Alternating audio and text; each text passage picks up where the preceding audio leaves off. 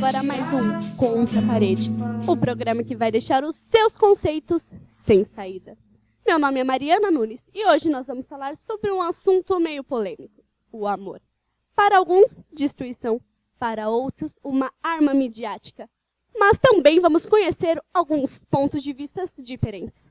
Como convidados especiais temos Alexandre Martinez e Emerson Alves, ambos formados em letras e professores de literatura e gramática da ETEC. Os nossos entrevistadores de hoje são Luiz Fernando, estudante, e Antônio, também estudante. Hoje nós temos a participação musical da banda O Tic Tac Passado. O primeiro bloco vai falar sobre consistência do amor. Comece, Antônio, com a sua primeira pergunta. Bom, eu queria deixar aberto para os dois. E muitas pessoas afirmam que o que nos diferencia dos animais é a nossa consciência, nossos sentimentos. Eu gostaria de saber se vocês acham que o amor é um sentimento humano. Fique à vontade, meu querido amigo. Primeiramente, eu gostaria de agradecer o convite para participar do programa. O sentimento humano, ele é diferente do sentimento dos outros animais, obviamente. Existem alguns fatores psicológicos que permitem que o homem, na sua evolução, até atingir os aspectos sociais no qual ele se encontra, em que ele tenha desenvolvido a sua capacidade cognitiva, e essa interação cognitiva faz com que ele tenha percepções do universo diferentemente dos outros animais.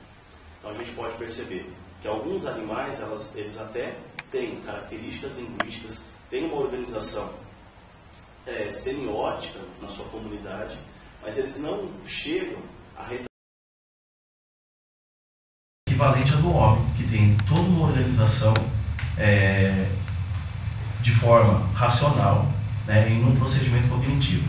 Então, diante desse fato, o sentimento, que acaba sendo uma característica primordial do homem e relacionado à sua capacidade cognitiva de transformar os seus pensamentos em situações inseridas na sociedade, a forma como a gente visualiza o sentimento como um todo, ele acaba sendo claro e evidente, algo pertinente ao ser humano.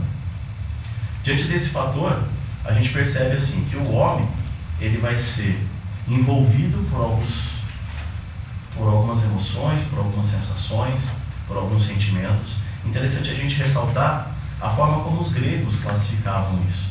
Então, os gregos classificavam entre ethos, pathos e logos. Então, o ethos seria a parte que está relacionada ao caráter, à organização social. O pathos seria as suas emoções, e o logos seria o procedimento de equilibrar esses sentimentos. Então, a partir do momento em que o indivíduo ele consegue equilibrar o seu ethos e o seu pathos, ele consegue agir de forma equilibrada no meio em que ele está inserido e proceder o logos. Interessante que o Platão dizia o seguinte: um homem apaixonado é um homem doente. Então, o pathos sempre foi visto pelos gregos como algo relacionado a uma doença. Ele até defende a ideia de que o homem do Estado deveria ser um homem íntegro, focado nos ideais e nos objetivos do Estado. Quando o homem ele estava associado a fatores sentimentais, ele enfraquecia.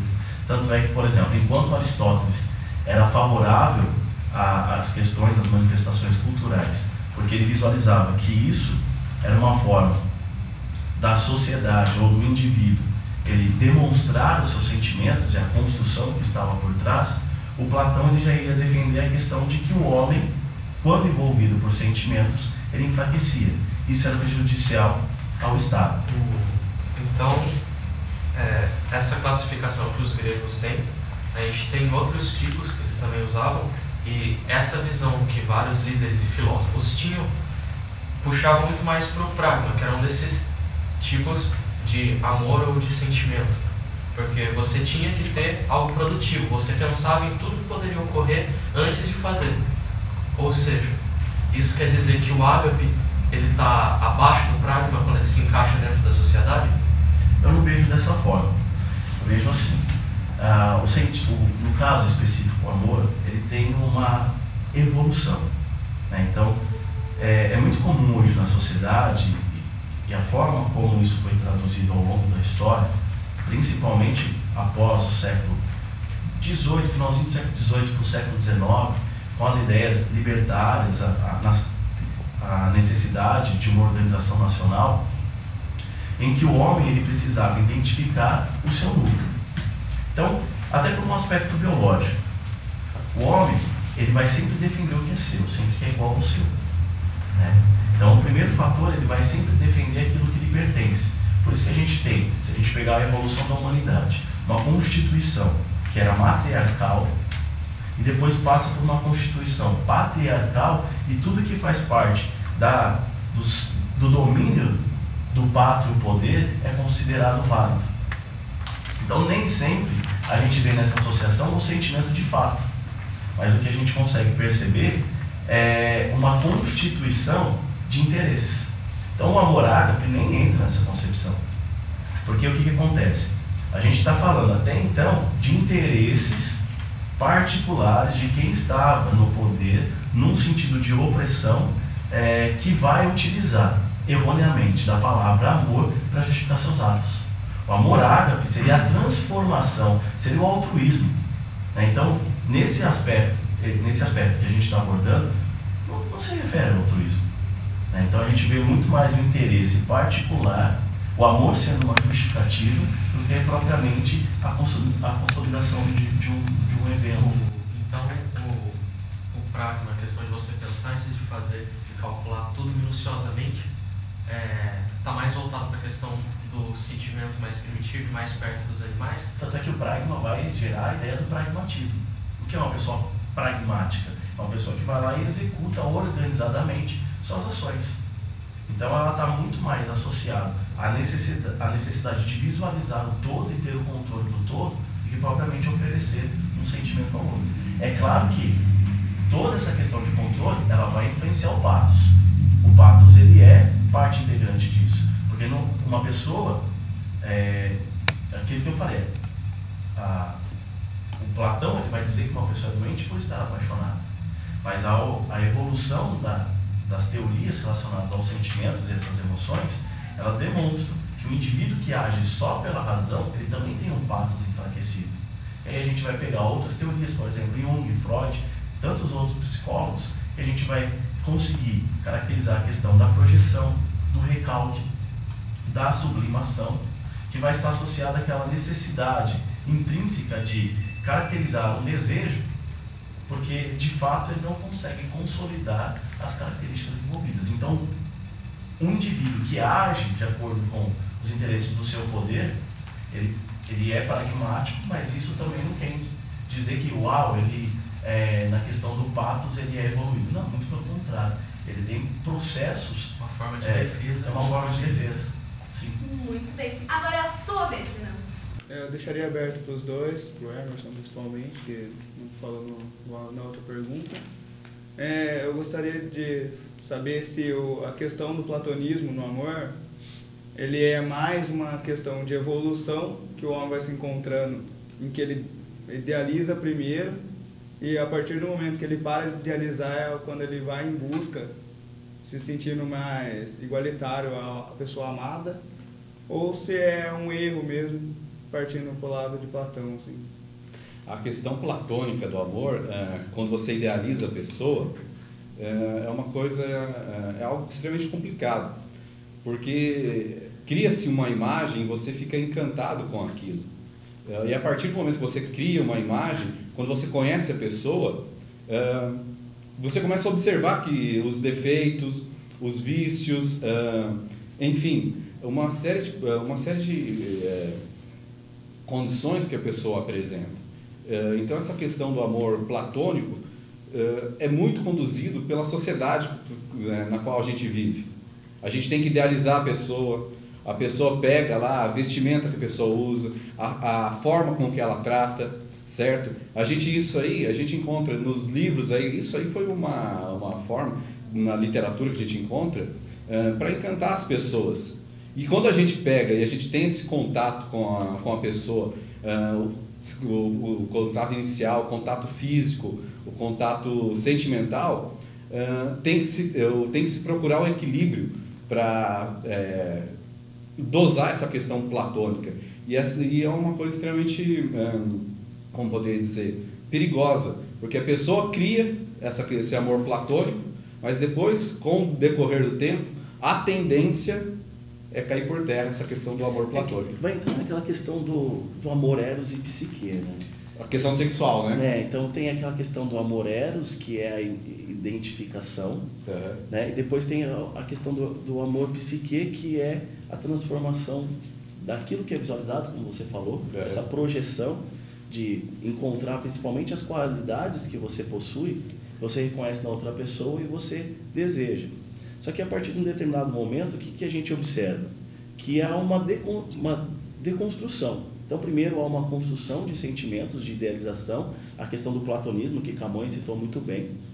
E depois vem o processo de desconstrução, que é o fato do indivíduo observar os defeitos, os vícios, e mesmo assim superar aquilo, pensar, tá, não é igual a mim, não é o que eu sou, mas eu consigo respeitar, aceitar e ter orgulho das diferenças. Até mesmo porque quando você começa a conviver com uma pessoa por muito tempo, é normal você ter desavenças com a pessoa. Obviamente a gente não é obrigado a concordar com tudo que a pessoa faz, com o que a pessoa fala ou qualquer coisa assim. E para equilibrar, chegar num ponto, num equilíbrio, é complicado, porque você precisa uma questão de humildade para reconhecer, para você perceber, ter noção do que aquilo que você está fazendo não agrada a outra pessoa, e com isso pode trazer decorrência para relacionamento, seja um relacionamento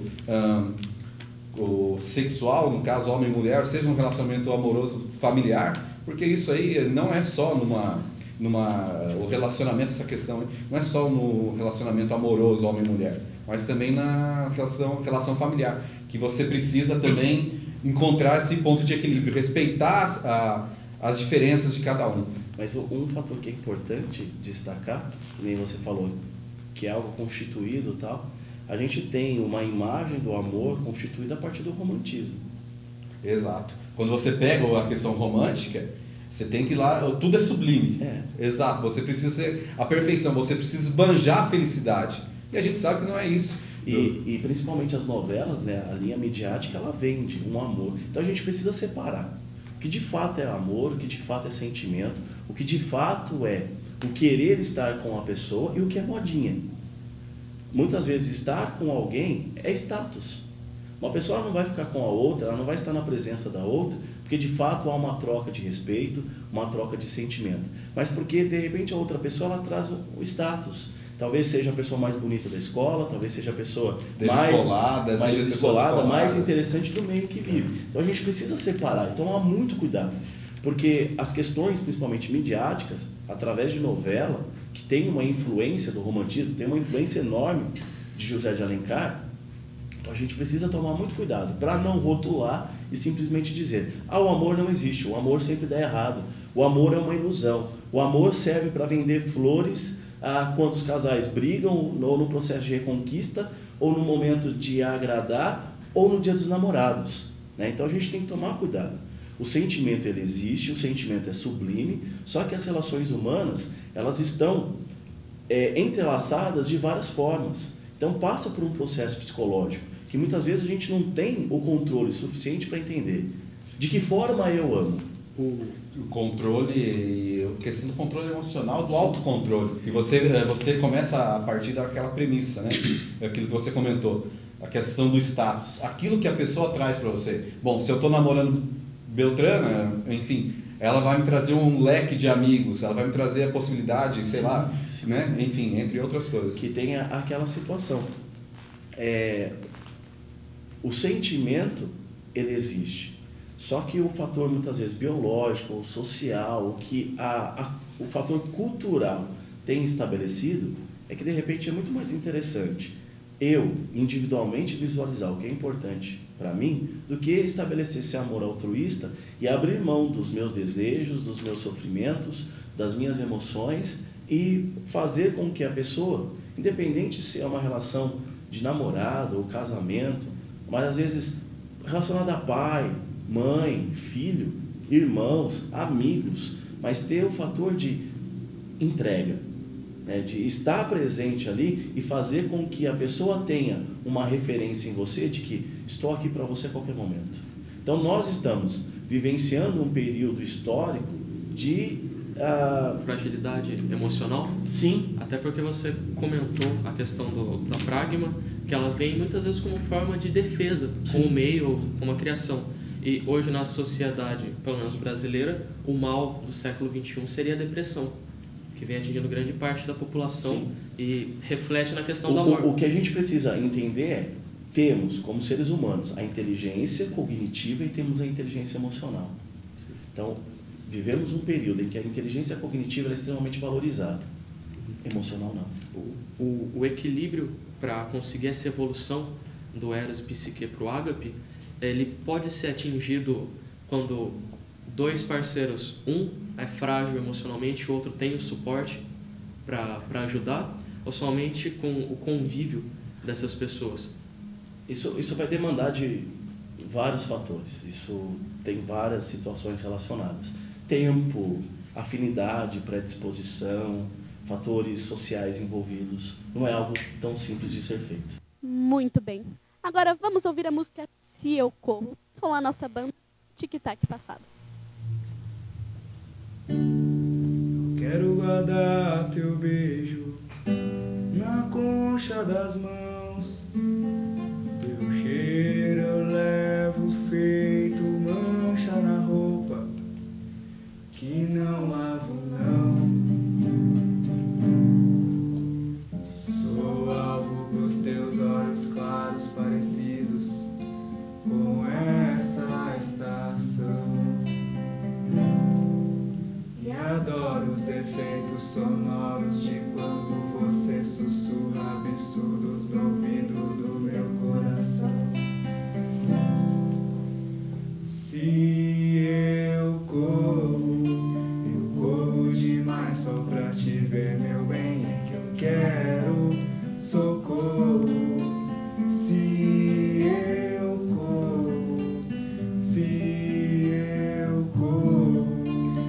corro demais só pra te ver, meu bem, é que eu quero socorro.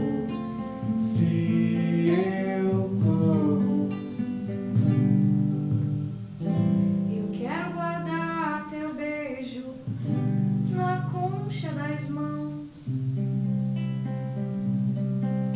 Teu cheiro eu levo feito mancha na roupa que não lavo não. E o segundo bloco será amor e felicidade. E você de casa, que acha que é o amor e a felicidade? Tenha a sua opinião.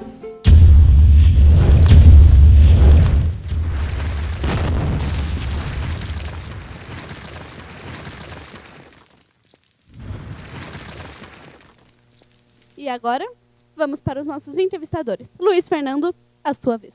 Obrigado, Mariana. Eu gostaria de fazer uma relação. Atualmente, o amor é considerado um produto pela mídia que tem que ser vendido diariamente em novelas, comerciais. Eles fazem uma relação que o amor é o meio de se tornar feliz. Seria isso uma coerção social ou simplesmente em vez de ganhar dinheiro atualmente?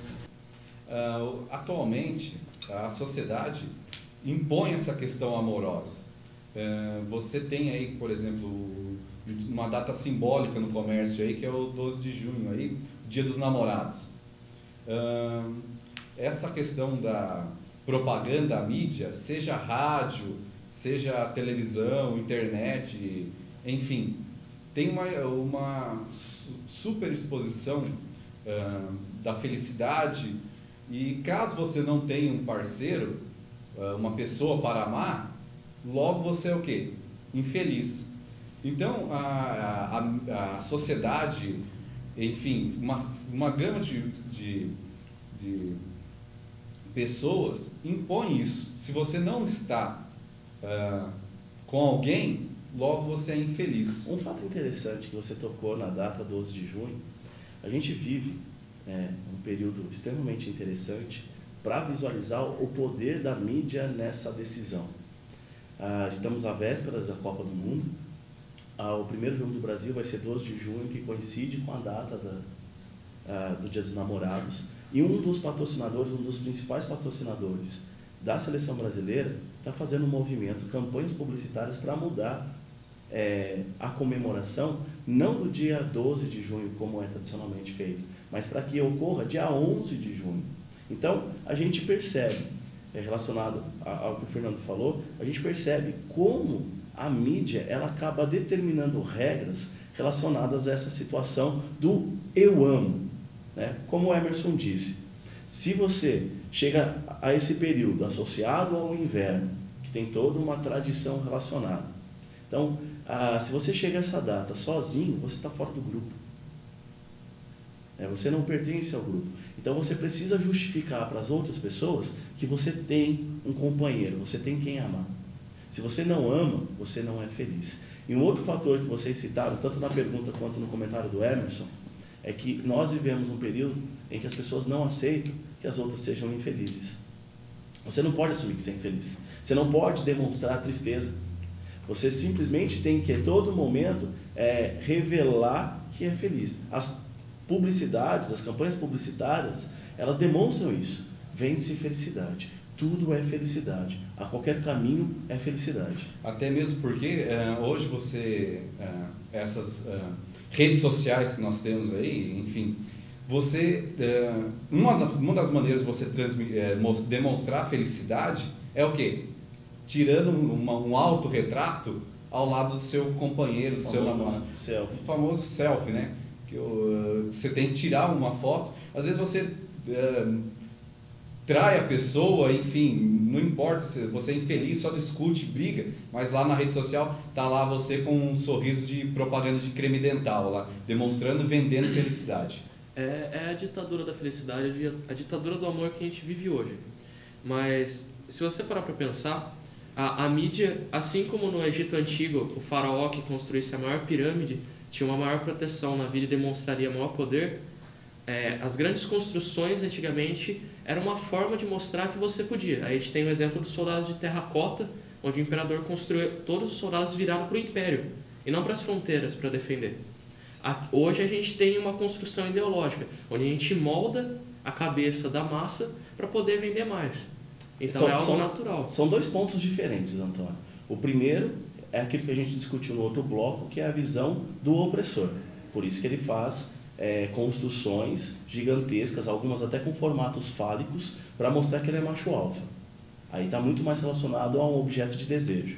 Segundo, é a manipulação da mídia para que a sociedade se encaixe naquele estereótipo, como o Durkheim fala sobre o consciente coletivo. Então, cria-se uma situação em que todos acabam aceitando aquela verdade e consumindo aquela verdade. É claro que, por exemplo, por que a mídia tem feito esse lance às vésperas da Copa do Mundo? Porque existe o fator de que se as pessoas saírem para jantar, saírem para comemorar dia 12, todo o gasto, principalmente no consumo de cerveja, vai ser menor porque não vão estar tão focados no jogo. Exatamente. Quando você tem aí, se você tem a questão do Dia dos Namorados, o que é? Um jantar romântico, né? Você vai comprar, O consumo de vinho é muito maior do que de cerveja. Exato. Você pega uma roupa, um perfume, uma joia. Agora, quando você tem um jogo de futebol, é o quê? Um público geralmente masculino, que vai ao bar, vai se embriagar, enfim, é aquela questão... Os objetos envolvidos, eles acabam sendo dispersados ao longo do caminho. E a diferença dessa questão do consumo, por isso que é bem interessante. Essa propaganda que o Alexandre comentou aí dessa empresa de bebida alcoólica aí, diferenciar, separar isso. Porque as duas no mesmo dia criaria um conflito, né? Cria um conflito de interesse, né? Um conflito de interesse, questão comercial. E você, Antônio? Qual é a sua questão? Vou deixar aberto para os dois. E eu gostaria de saber quando o amor se torna compulsão e quais as influências do meio e da mídia nisso? Olha, na sequência de tudo aquilo que a gente tem dito, a gente precisa tomar muito cuidado com as classificações. Quando você fala de compulsão, tem um fator psicológico envolvido. É claro que tem assim, um estigma estabelecido ao longo da história da humanidade. É claro que tem a influência da mídia, a gente não pode descartar tudo isso. Mas a gente pode focar num traço mais particular. Qual é a construção dos arquétipos desse indivíduo para que gere essa necessidade? A gente poderia resumir simplesmente em posse. Essa abordagem que você fez sobre amor e compulsão já não é mais amor, é posse. Você não tem mais a pessoa como sua companheira, mas como seu objeto de ostentação, sua posse. Ou seja, ela é minha namorada, ela só faz aquilo que eu quero, e às vezes você acaba tirando a liberdade que a pessoa tem. Um fato interessante dentro da compulsão, né? A grosso modo, como que ela funciona? Então, devido às novas regras econômicas, devido à forma como a cultura é estabelecida, como o indivíduo ele se enxerga na sociedade, isso tem muito a ver com a sua autoimagem, que vai gerar uma autoestima baixa. Consequentemente, nós passamos por determinados momentos em que fotografamos momentos felizes ou situações que nos tragam equilíbrio, principalmente equilíbrio emocional. Algumas pessoas vão consumir chocolate, outras bebidas alcoólicas, outras vão ter a necessidade de muita prática sexual, outras vão precisar furtar, outras vão comer muito massa, beber muito vinho. Isso varia de pessoa para pessoa. Isso vai estar relacionado principalmente com o processo psicológico do equilíbrio, da busca da felicidade. Então, associado ao tema anterior, que a pessoa é pressionada socialmente a encontrar a felicidade a qualquer momento e a qualquer custo. Aí ela vai chegar a um determinado ponto em que isso se torna obrigatório, gera uma compulsão. Se de repente ela não tem um objeto de desejo, isso vai gerar uma certa ansiedade. Ela vai ficar ainda mais desequilibrada. Ela vai precisar forçar uma situação, vai gerar frustração. Essa frustração vai gerar desequilíbrio, que vai fazer com que ela haja cada vez mais de forma desorganizada, que gera muitas vezes estresse, gera confusões de forma generalizada. A gente pode até dizer que algumas cenas dramáticas, ou até mesmo situações em que o próprio ser ele vai se encaixar em situações ridicularizadas. Mas é importante destacar, por mais que haja um sacrifício ou uma coisa do tipo, isso não é amor, isso é posse. Até chegar em determinado ponto que chega aquela questão passional, que chega a questão que é doentio, é mórbido, e você chegar a um crime, matar uma pessoa, justificando um amor, aquela questão da carência, né? Você não tem a pessoa não vai ficar com você, e aí o que você faz? Ou bate, ou humilha a pessoa, ou chega até às vezes aquela questão de matar uma pessoa na questão do crime passional. Não existe namorada, né? Não. Namorada é o que? Sim. Aí é aquilo que a gente está falando. Muitas vezes essa questão da possessividade ela está relacionada, principalmente ao eros, ao amor eros. O psique já tem um certo fator emocional, mas esse desejo de posse acaba sendo o oposto, porque o ágape ele propõe liberdade. Ele é uma forma de sentimento imaturo. Sim, essa questão da compulsão é imatura. Seria a fuga da espiritualidade. Sim. De uma pessoa. Porque se a gente associar o que vocês citaram, o ágape ele vai existir na liberdade. Ele vai valorizar a pessoa como um ser na sua plenitude. Então, há vários textos, há várias composições, há vários pensamentos que falam isso. Se você ama de verdade, você deixa a pessoa livre. E se for verdadeira, ela volta. Isso não é só uma máxima bonitinha para um cartão romântico no Dia dos Namorados. Isso tem fundamento. Você não precisa obrigar a pessoa a ficar, ela vai ficar na liberdade. Se de fato existe amor, existe respeito, existe consideração, existe admiração, haverá uma construção, uma transformação. O verdadeiro amor ocorre sempre quando o indivíduo transforma a vida do outro. Aí é um processo para chegar a esse amor altruísta. Quando é posse, ele é limitado. Ele faz da pessoa refém. Faz ela refém e faz dela infeliz também. Sim. Porque aí ela deixa de viver a vida dela para viver a sua vida. O e amor... aí acaba a existência da pessoa, e até mesmo se a pessoa deixa de gostar da outra, porque ela não tem mais fundamento, né? O amor não tem regra. Né? Você não pode estabelecer regra, isso pode. Isso tem as regras sociais. Sim, infelizmente tem as regras sociais. Mas, por outro lado, tanta coisa que, por exemplo, em décadas passadas não se permitia e agora pode acontecer. Existem maneiras e demonstrações de amor muito mais livre. Hoje você pode se deparar com um casal homoafetivos que na década de 70, 80 não era possível. E hoje todo mundo respeita. Isso é muito bom. Né? Então, assim, as pessoas elas podem se amar do jeito que elas quiserem. E os outros que estão de fora não tem nada a ver com isso. Como disse o Fernando Pessoa, todas as cartas de amor são ridículas. Não seriam cartas de amor se não fossem ridículas. O que ele queria dizer com isso? O amor só faz sentido para as duas pessoas que estão envolvidas. Para quem está de fora, tudo é banal, tudo é estranho, tudo é pejorativo, tudo faz parte de um processo a ser julgado. A gente adora, de forma grosseira ou errônea, julgar o outro, o amor do outro, mas a gente não sabe o que acontece entre as duas pessoas. Até porque a partir do momento que ocorre o amor, sai da realidade e entra por aquele mundo de ideias que Platão sugeria. Né? Então, nesse caminho a gente pode até pegar até o fato de estar adoecido. Quando vem o sentimento entre duas pessoas, não há quem segure.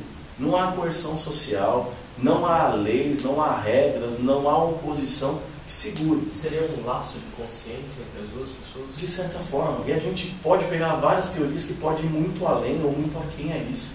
É difícil de explicar, porque existem várias teorias que vão desenvolver e defender essa ideia. Então, pode ser simplificado num laço de consciência. Pode ser simplesmente um desejo sexual. Pode ser uma evolução espiritual. Pode ser a retomada de valores e sentimentos que ficaram numa outra reencarnação. Pode ser simplesmente ilusão. Pode ser simplesmente desenvolvido pela interferência de feromônios. Depende da teoria.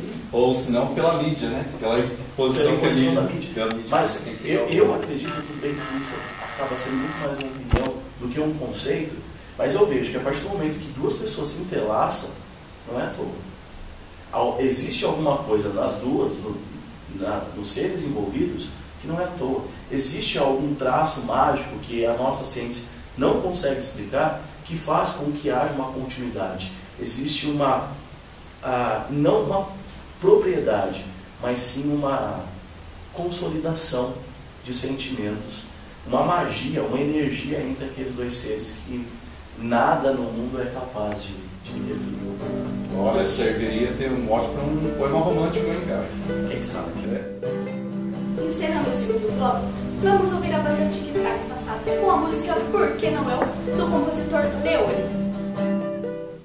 Quando ela cai no sofá, so far away, minha beça na cabeça, eu que sei. Quando ela insiste em beijar o travesseiro, eu me viro do avesso. Eu vou dizer aquelas coisas, mas na hora esqueço.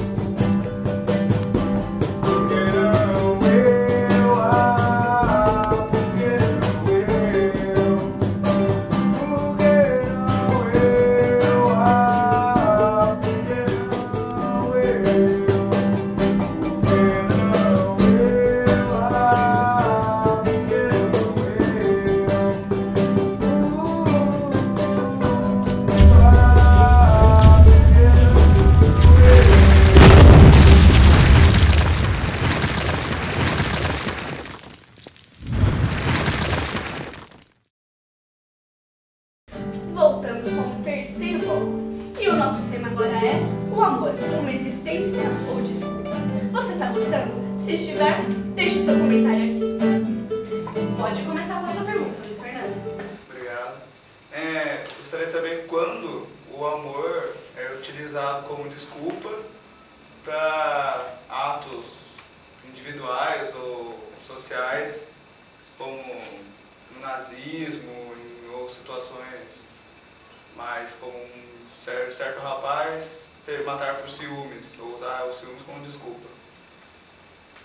Olha, eu acho que isso vem ao encontro de tudo que a gente tem discutido ao longo desse tema.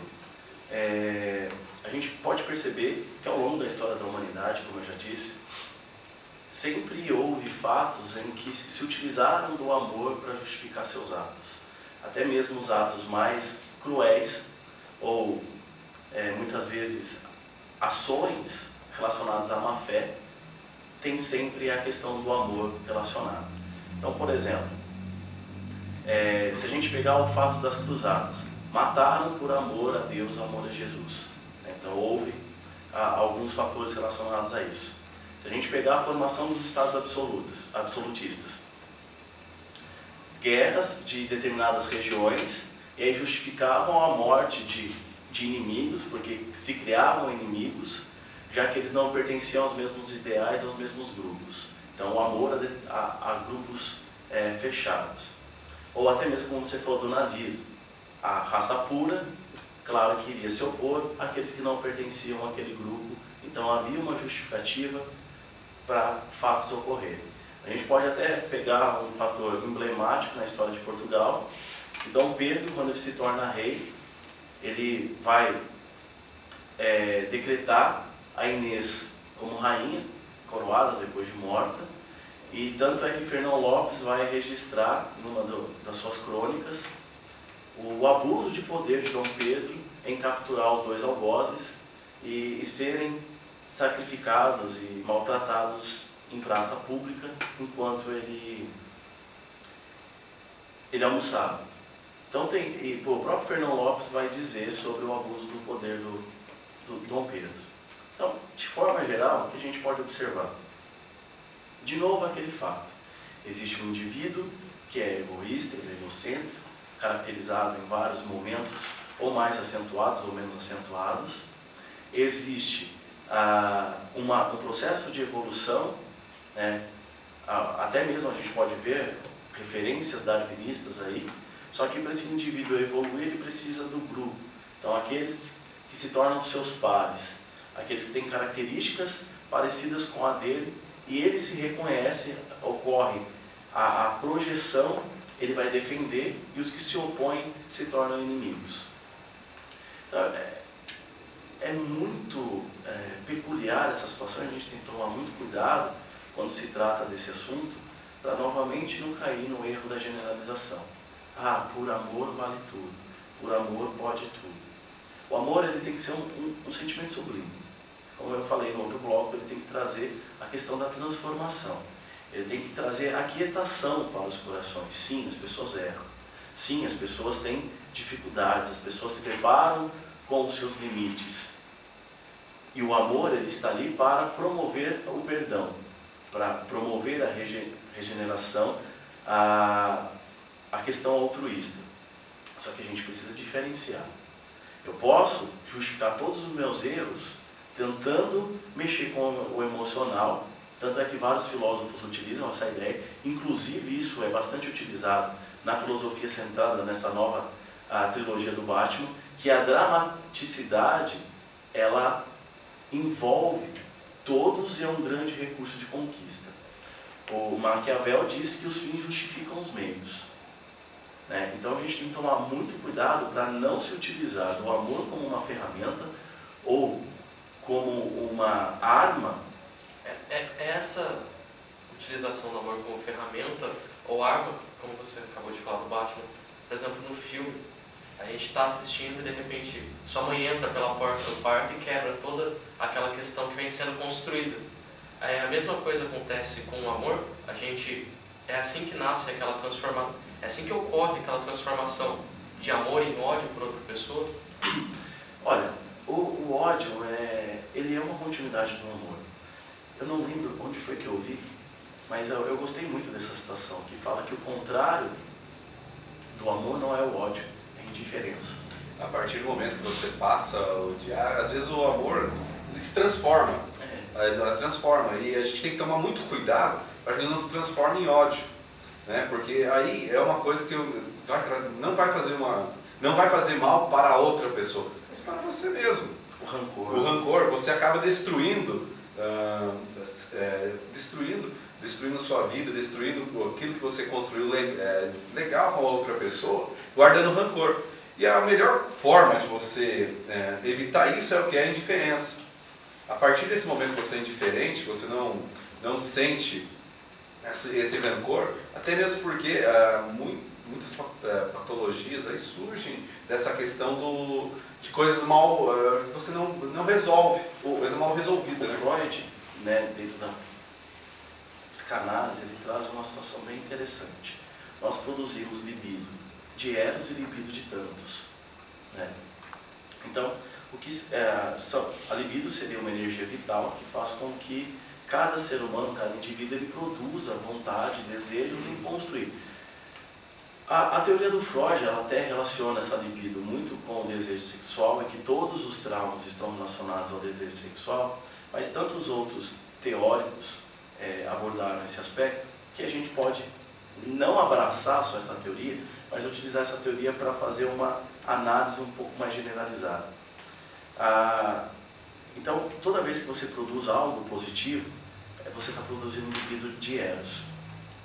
Só que cada indivíduo ele tem fatores que constituem o seu ser desde a sua tenra idade, e com essa evolução vai se deparando com fatores que vão causar traumas, bloqueios. Aí o que acontece? Muitas vezes esse amor, quando ele se depara com fatores, né? Por exemplo, duas pessoas têm uma relação, essa relação ela acaba. E vai gerar uma certa dor. Há especialistas que comparam a dor da separação com a dor de uma pessoa quando morre, né? Que ela vai entrar num estágio de perda absoluta. Então comparam, eles aproximam muito essas duas situações. Então o que vai acontecer? Dependendo dessa pessoa que está sofrendo, a forma como é organizada a vida dela, ela não vai conseguir sublimar esse sentimento. Ela vai transformar naquilo que é chamado de recalque. Não o recalque que está sendo muito utilizado hoje para a mídia, que é a inveja. Mas o que seria o recalque? São os sentimentos reprimidos que ela não consegue. Como a libido é energia, essa energia ela tem que dar continuidade. E aí você percebe que essa pessoa ela vai tensionar. É como se ela fosse uma represa. Ela vai represar esse sentimento, e isso vai se transformando em ódio, vai se transformando em rancor e vai deteriorando o sentimento. Então, uma pessoa recalcada, de acordo com as teorias, é uma pessoa muito infeliz. Então, ela não vai ser propriamente uma pessoa que gera ódio. O ódio não é o oposto do sentimento, é a dissolução de um amor que não ocorreu de forma plena. Muito bem. E aí, Antônio? Bom, eu gostaria de deixar a pergunta aberta para os dois e falar, né, que ao longo dos blocos a gente conseguiu observar que o amor é um sentimento que transforma e que, embora seja usado como arma ou como artifício de desculpa para várias situações, ele também levou o homem a situações de grandeza e de transformação. Ele levou muitas pessoas que estavam dentro do egoísmo ao altruísmo e transforma qualquer pessoa que entre em contato com ele. Eu gostaria de saber o que vocês pensam e como vocês imaginam o mundo e o homem sem o amor. Eu vejo da seguinte forma, um vazio total. O amor é a essência do ser humano. Quando você pega e analisa através da história como as pessoas realizaram determinadas obras ou determinados acontecimentos, foram motivados pelo amor. Se você pega a questão da construção do Taj Mahal na Índia, foi baseado no quê? Na questão do amor.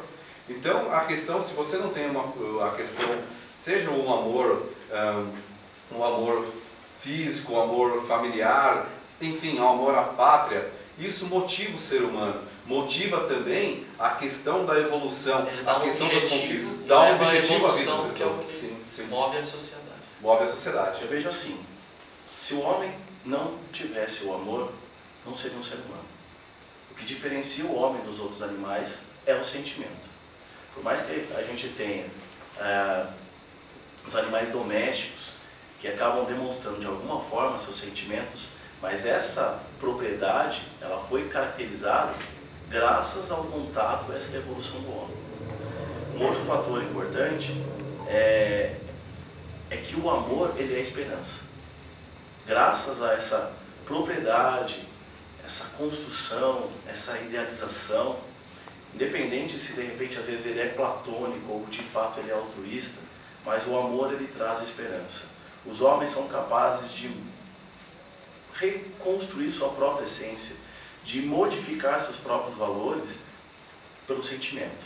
Então ele acaba sendo uma mola propulsora que faz com que os homens busquem novos espaços, novos ares, novos pensamentos, faz com que o homem modifique o seu meio. Então, como o Emerson citou, lugares foram modificados para a representação desse sentimento. Pode levar a grandes conquistas ou também a grandes tragédias, como a gente viu na Guerra de Troia. Sim, também. o caso de Paris e Helena, né, que a cidade, né, a Troia acabou sucumbindo graças... Tudo bem que foi um mote, né? Sim. A questão veio a calhar porque o Agamenon tinha outros interesses e ele precisava de uma justificativa.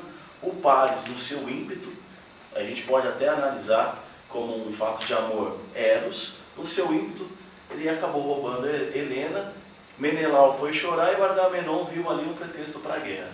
Né? Mas, de certa forma, a gente vai observar essa situação. Então, o homem sem o amor, não teríamos humanidade. Né? Se a gente vive num universo, que é propriamente um universo humano, tudo que a gente conhece é constituído porque, dessa forma, ela é regrada pelos pensamentos e pelo processo cognitivo do ser humano.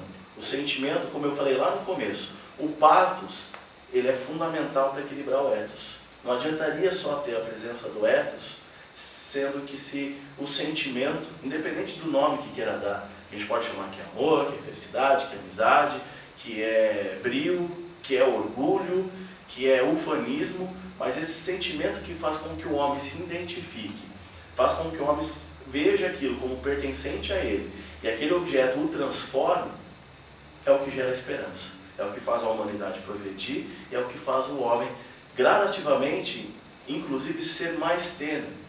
Né? Então, se durante muito tempo ele foi agressivo, é a aproximação dos outros seres, é a transformação que os outros seres faz para ele, que ele venha amenizando essa sua agressividade, esse seu ódio, esse seu desejo de ser onipotente. Exatamente. Se você pega também a questão do amor ao próximo, nas grandes tragédias, aí, às vezes a pessoa nem conhece quem sofreu, mas vem ajuda pessoas, aquela questão de altruísmo, você ajudar o próximo. É correto dizer que quando a gente está de frente para uma arma e a gente toma decisões que seriam decisões puras, tomadas no momento. É a mesma coisa quando a gente se depara com um amigo ou um desconhecido precisando de ajuda. É aí que o ser humano mostra a natureza dele. Olha, são situações e situações, né?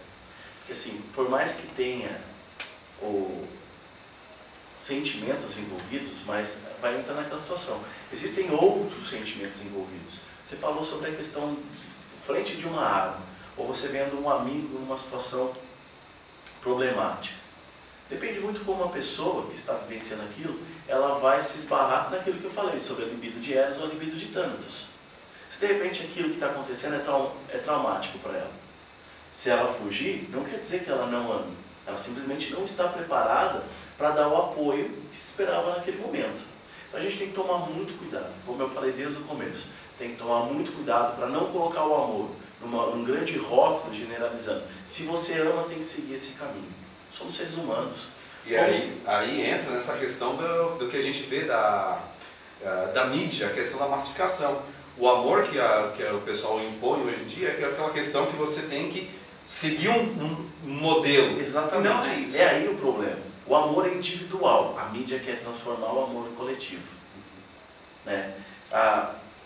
Cada ser humano vai ter determinadas atitudes diante de um problema. E aquilo não quer dizer que não ame.